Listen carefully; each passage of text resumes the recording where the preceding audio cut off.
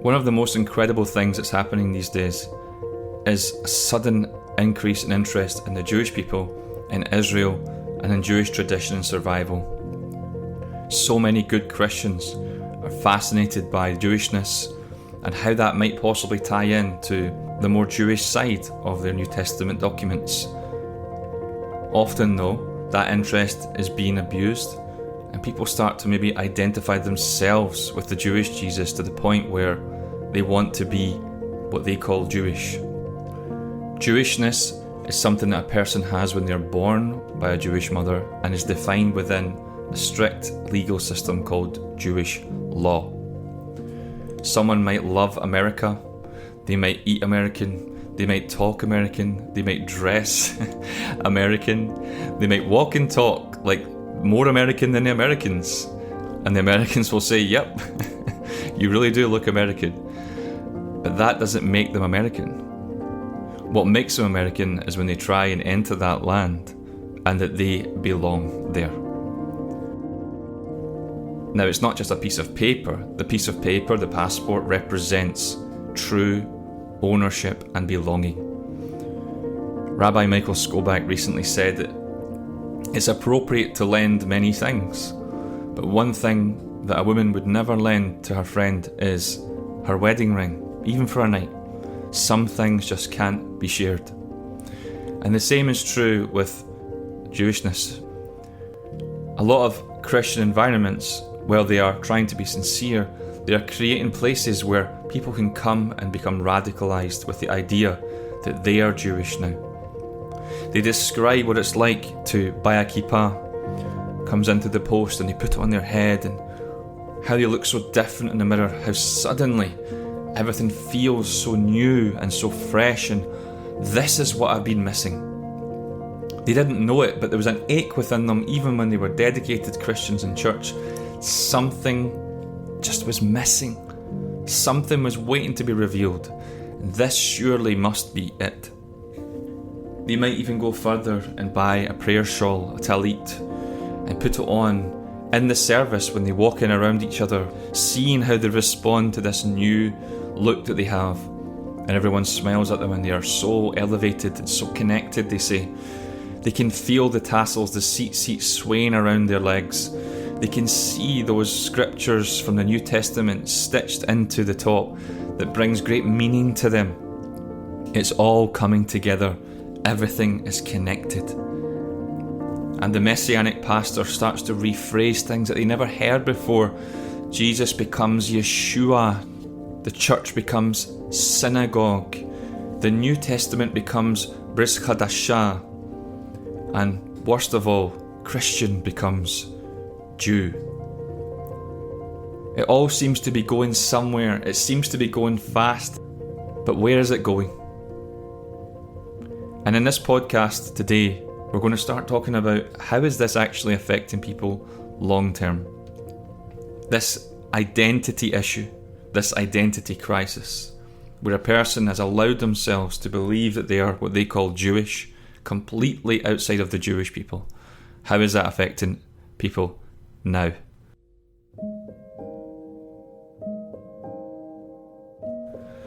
The truth is, when someone's interested in Judaism, the first thing they should do is speak to a rabbi. But many people describe being intimidated, scared. I don't know what I would say. Maybe they'd try and convert me. Maybe make me give up Jesus. Lots of not the best ideas, but nothing like that's going to happen. Rabbis are very welcoming, very open and very honest. And the first thing they're going to do to you is say, come along and visit. Come and see what you think. Jews are extremely hospitable. But often that person's coming at Jews from the New Testament caricatures, Pharisees, legalistic tombstones as they describe, but they're not like that at all. And that's the difficult part, because Jews are so warm, so knowledgeable. They love God and love people and want to heal the world. In fact, it's incredibly difficult when they're so positive and so welcoming that often people describe only ever having experienced that in church. It creates a kind of dissonance, an alternative that they never had before, because they assumed you could only get that in church in some environments. Now, I can't speak for all Christians, But what I can say is that the rabbi would allow you to come probably as many times as you want, but he would not tell you to wear a talit, because that is something for the Jewish people. He would not tell you to observe the Shabbat. He would invite you to it, because that's a sign of the covenant between the Jewish God and his people. And that's a second struggle for some Christians, because when often they see something, they really want it, but suddenly this person's telling me I can't have it. And that creates a kind of inner struggle. Why can't I have it? It's because you're not Jewish. How do I become Jewish? Well, we first of all need to start with the very first issue, which is that you hold to the New Testament and its teachings and beliefs about Jesus. But Jesus was a Jew, the person might say. But the things written about him are not compatible with Judaism. And that is extremely difficult, and naturally so, for someone who is so committed to Christian life and Christian belief. Totally understandable. But the rabbi needs to be honest there, because if we can't get past that, then we can't talk about what it even means to be Jewish. And often what happens is we have a marketplace now for intermediary groups of non-Jews who have decided they can, in fact, take Jewish things. They can, in fact, just pick and choose whatever they want, and they can create an environment under their freedom of expression and speech and religion to tell people they're Jewish. They might even encourage people to take on a new name. They might encourage them to get involved in the service and learn Hebrew and wear this talit and this kippah. They might even undergo a cosmetic procedure to make them think they're part of the covenant. But all of this is done outside of the Jewish people, without them being any part in it whatsoever. And the sad truth is that no one would ever be able to get that far without these radicalization environments.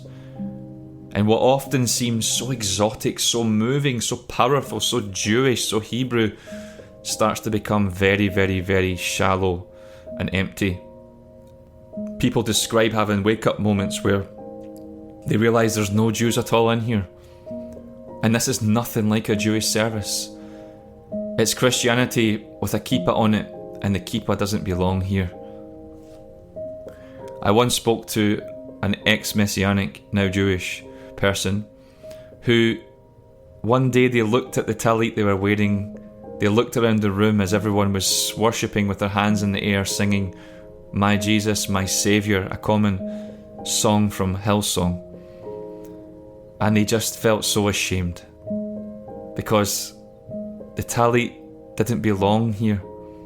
These things came much later than Jesus, and Jesus probably never even saw what we have now as a skull cap, a kippah.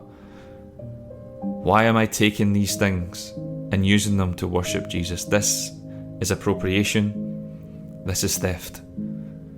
And he took the talit off in the service and watched it fall through their fingers, realising, this doesn't belong to me. And what a profound sacrifice that person made in that moment. Very humble, very honest. And they said to themselves, I want it to be mine one day, but right now, this isn't right. And they felt that guilt of appropriation and cultural theft. And that's why we're talking about this, because when someone gets to that point, they're often so invested. They've told their colleagues, they've told their work, they've told their peers they're Jewish now, they've converted, and people treat them as if they have. You've converted, okay, you're Jewish. And this pseudo-identity has been created. A new person within a person, with a new name, a new identity, and they've had to not tell exactly the truth with their colleagues. They've had to avoid a thing or two, and it's created this very difficult problem. And all the person is doing is burying themselves deeper and deeper into the identity crisis. And what needs to happen is the person needs to be honest with himself and say, I'm not part of the Jewish people. Because what happens is if a person doesn't allow themselves to deal with that, whilst there's still some chance of tenderness towards the idea, they can become very hard-hearted. Hard-hearted towards the Jewish people for rejecting them because of their beliefs in Jesus, as they see it, and hard-hearted towards the Christian world because it's, in their words, pagan and it's all wrong and not biblical.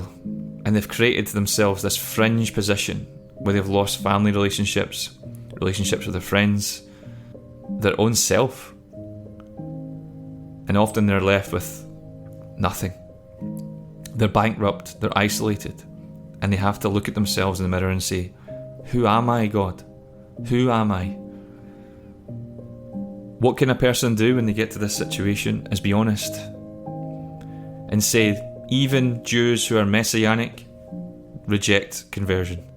It just can't happen. The New Testament explicitly forbids conversion to Judaism.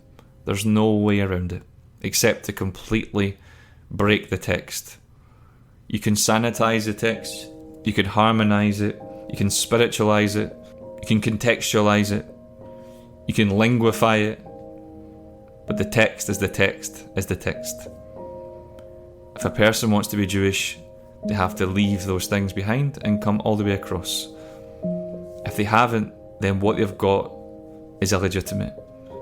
They've been missold, disenfranchised by fake leaders, fake rabbis who are selling identity cults.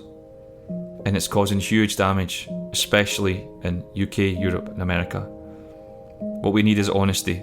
If a person is drawn to Jewish people and Judaism, then they should reach out and speak to a rabbi and say, Rabbi, help me, I'm so confused. I've got myself involved in this. I know I should never have done it.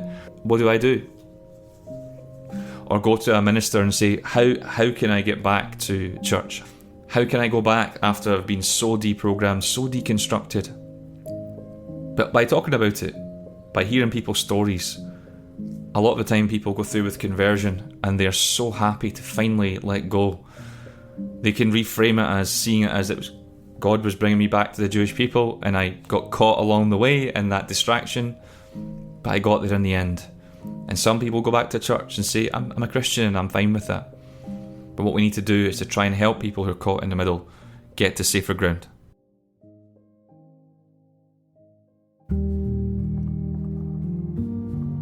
So how does someone get involved in all this? It really all begins with a really strong connection and desire to things that they identify as notably Jewish. So it might be that they see things like the skull cap, as we mentioned, the prayer shawl, buying those things for the first time.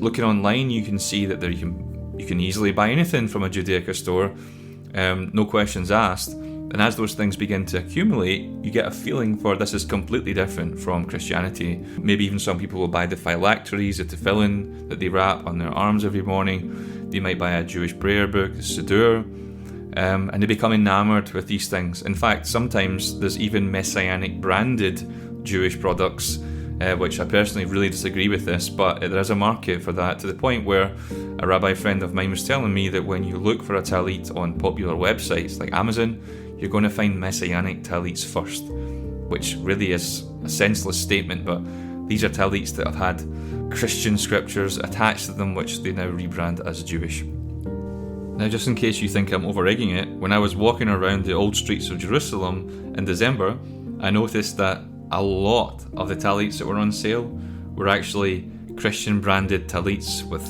scriptures from the New Testament in them, and those were some of the best sellers. When I asked some of the stores there, they were saying, yeah, these sell, they're very popular. Very controversial stuff, but that is what's going on just now. And as the person begins to accumulate these things, they begin to be drawn to Jewish practices more externally. So they might start to say, well, how do I put a mezuzah on my door? What do Jews do? And they might Google how to hang a mezuzah. Oh, I didn't know it was called hang. Okay, that's cool. So hang a mezuzah, I'm feeling very Jewish now. And they go deeper and deeper into this appropriation, where they say, oh, wait a minute, Ashkenazis hang the mezuzah with 45 degrees, but Sephardis, they put it on straight. Oh, now we can pick between Ashkenazi and Sephardi, as if it's some sort of buffet where they can just take from. And the person goes deeper and deeper into these things. They start to buy more stuff and associate more with it, and it feels different. It feels positive. It feels like when you light those candles on Friday night from that menorah that they bought, or their complete Jewish Bible, which is telling them Jewish, when it's clearly Christian scriptures.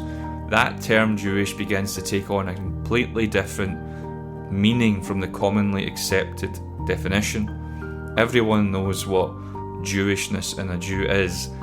Everyone knows what a Christian is. And if you don't know what Jewishness in a Jew is, ask one. They'll tell you all about it. And what happens is the person begins to realise that whatever they are experiencing is drawing them to a people. At the same time, they know there's something a bit different. And that's where things start to get a bit tense, because they say, well, I'm not accepted. Even if I've done this for 10 years, 20 years, and 30 years, they begin to see, I feel so connected, but at the same time, I'm not accepted. And it can create a bit of an identity crisis. By the time the person realises, hang on a second, these things are externally Jewish, but Jews have so much more. I've learned a few Hebrew phrases, a few Hebrew prayers, and that took me a lot of work. But when I see in the services, the entire service is in Hebrew, how am I ever going to get all of that stuff in my life? And it can create a real inner tension.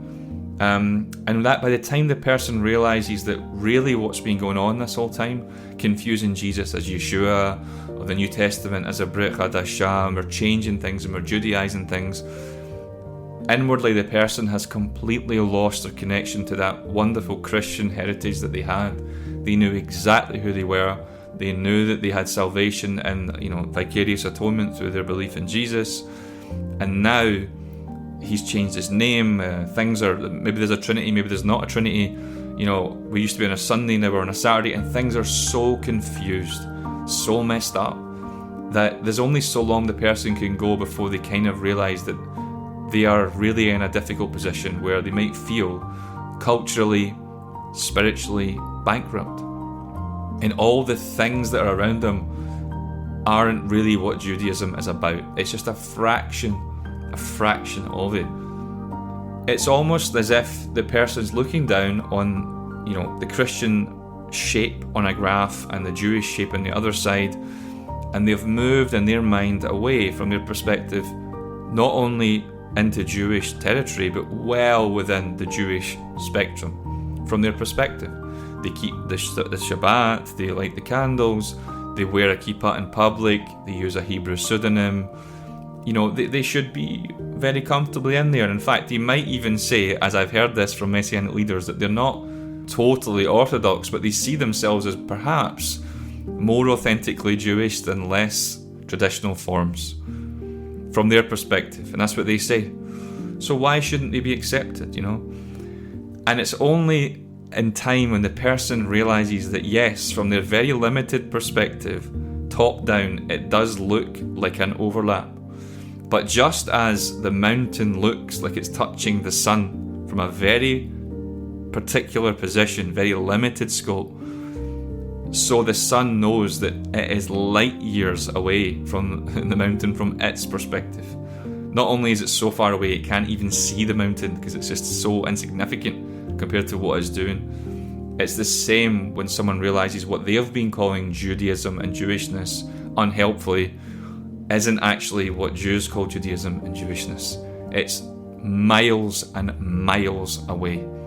It's usually a Jesus-centred belief system that's had such deconstruction that it's cheapened Christianity, it's cheapened Judaism into a cocktail that tries to blend bits of both and tastes terrible in the end. And the solar eclipse is not the moon touching the sun. They are miles away. And when the person even shifts their head a little bit to the left, they can see things aren't quite what they seem. And another argument to that is, Jews can't even accept converts. They can't even say that they accept each other's Judaism. People have said this to me as well. And I've said, if you have an issue with how Jews, accept each other, and I do disagree with that, that's an internal Jewish discussion. It's an intra-Jewish debate. It's not a way for you to squeeze your identity in and find more space for yourself. There is this definist fallacy to redefine terms, what Judaism means and Jewishness means, to find room for some sort of Jesus belief in there, and it is not going to work. What looks like an overlap initially and over time is actually infinite distance. It's deconstruction in disguise, and the person is really, really left socially isolated from their wonderful Christian community and from wonderful Jewish communities, and they're on their own. The minute they step out of their messianic synagogue that's told them they're Jewish, they're not Jewish in any meaningful sense. I've often compared it to a kind of theological autoimmunity that they weren't aware of, that the foundations of who they are have crumbled. And it's very sad because the person is looking at themselves saying, who am I? Am I a Christian? Am I a Jew? I don't know. And so my advice to people in that situation isn't, I'm not condemning people. I really disagree with the leaders who are creating these radicalization chambers for people to get this far. But the first thing that you should do is just to step back and slow down. Not rush into decisions, not freak out. I would encourage people to just go along to a Jewish service, to just consider suspending the certainty they have in what Judaism and Jewishness means, and that they're a messianic, whatever that means, and how they often mischaracterize churches as being bad, which they aren't. Just to step back and calm down and allow the waters to settle, and attend a service.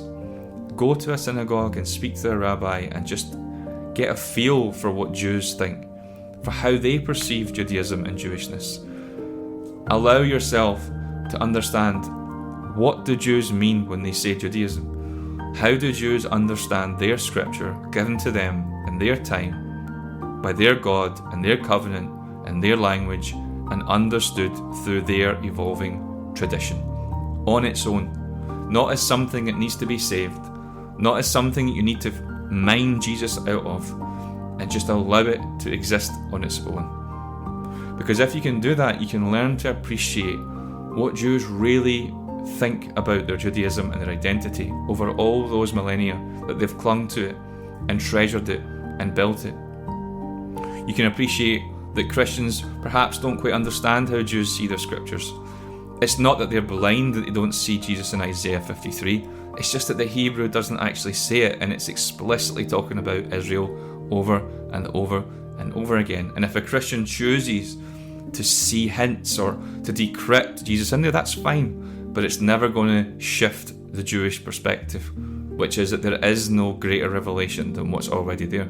And that's okay. We can have boundaries, and we can have a totally different understanding of commandments and what it means to how we love God, how we live our lives. We can have safe boundaries, and we can work together. But blending both to try and solve an identity crisis isn't actually solving anything. It just stops the ultimate question of, what is this thing then? What is this drawing that I have?